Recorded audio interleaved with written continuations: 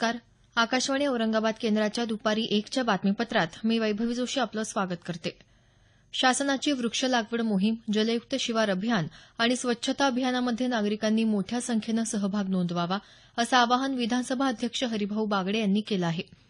औरंगाबाद इथं आज नगरनाका ते गोलवाडी वाळूज रस्त्याच्या बाजूला माहेश्वरी मंडळातर्फे 2000 वृक्षांचं रोपण आणि संवर्धनाच्या कार्यक्रमात ते बोलत होते. वृक्ष लागवडीमुळे प्रद्षणविरहित वातावरण निर्माण होण्यास मदत होते, त्यामुळे स्वयंसेवी संस्थांनी, तरुणांनी यामध्ये सहभाग नोंदवावा, असं ते म्हणाले. पाणी संवर्धन आणि स्वच्छता अभियानाबाबत त्यांनी यावेळी मार्गदर्शन केलं. नाशिकमधल्या गंगापूर धरण पाणलोट क्षेत्रात आज पहाटेपासून जोरदार पाऊस सुरू आहे. त्यामुळे सकाळी 6 वाजता धरणात 40,200 दशलक्ष घनफूटपर्यंत पाणीसाठा वाढला आहे. धरण 75% भरल्यानं 2000 घनफूट प्रतिसेकंद वेगानं पाण्याचा विसर्ग सुरू असून गोदापात्राची पाण्याची पातळी वाढली आहे. धरणसमूहाच्या पाणलोट क्षेत्रात पावसाचा जोर कायम राहिल्यास विसर्ग वाढू शकतो, अशी माहिती जलसंपदा विभागाच्या सूत्रांनी दिली आहे. दरम्यान नाशिक अग्निशामक आणि आपत्ती व्यवस्थापन विभागाला तसंच नदीकाठावर असलेल्या घरांनाही सतर्कतेचा इशारा देण्यात आला आहे.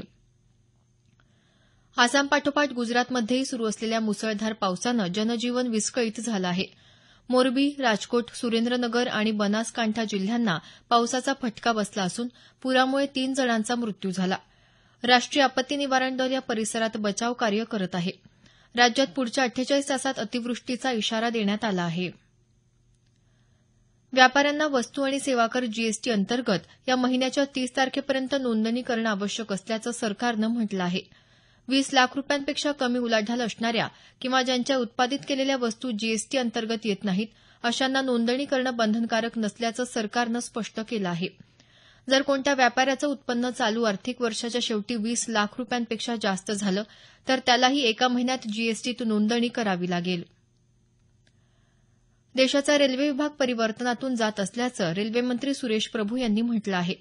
मुंबई इथं एका कार्यक्रमात ते बोलत होते. पुढच्या 5 वर्षात रेल्वेत पूर्ण परिवर्तन होणार असून प्रवाशांच्या सुविधेसाठी रेल्वे मंत्रालय अनेक बदल करणार असल्याचं ते म्हणाले. भूमी अभिलेखांसंबंधी कागदपत्रांचं संगणकीकरण केल्यानं जमिनीबाबतचे वाद कमी होतील, असं प्रतिपादन मुख्य माहिती आयुक्त राधाकृष्ण माथुर यांनी केलं आहे. दिल्ली इथं काल आयोजित भूमी अभिलेख आणि माहितीचा कायदा या विषयावरील परिषदेत ते बोलत होते. माहितीचा अधिकार कायद्याअंतर्गत बहुतांश विचारणा ही जमिनीसंबंधित प्रकरणांची होत असल्यानं राज्य सरकारांनी जमिनीबाबतचे दस्तावेज व्यवस्थित राखणं आवश्यक असल्याचं त्यांनी नमूद केलं. स्वयंपाक तयार करण्यासाठी गरिबांना स्वच्छ इंधन देण्याच्या उद्देशानं सुरू करण्यात आलेल्या प्रधानमंत्री उज्ज्वला योजनेचं अर्ध उद्दिष्ट पार झाल्याबद्दल काल कोलकाता इथं एका कार्यक्रमाचं आयोजन करण्यात आलं होतं.